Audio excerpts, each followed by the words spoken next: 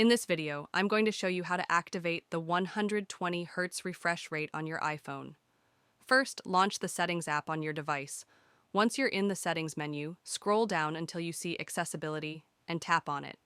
Within the Accessibility section, find and select the option called Motion. This area includes settings that affect visual effects and motion performance. Scroll to the bottom of this screen and you'll find a setting named Limit Frame Rate. If this option is turned on, it restricts your display's top frame rate to just 60 frames per second. To make full use of your screen's potential and enable the smooth 120 Hz refresh rate, simply turn off the toggle next to Limit Frame Rate. By switching this off, you're allowing your iPhone to run at its highest refresh rate, resulting in smoother scrolling and more responsive performance across apps. That's it for this quick tutorial. If you have any questions about this process, feel free to drop them in the comments below.